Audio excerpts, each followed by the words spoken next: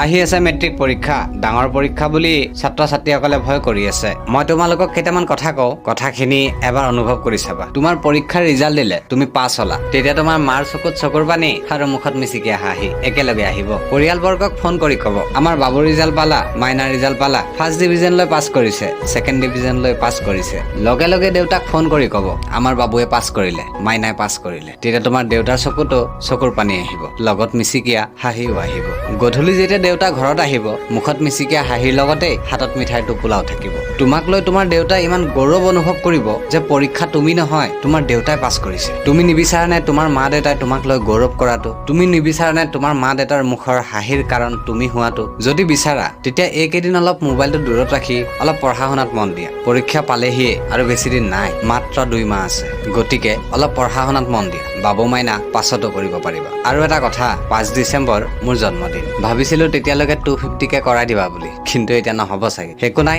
মই ভিডিঅ' বনাই থাকিম চিন্তা কৰিব নালাগে ধন্যবাদ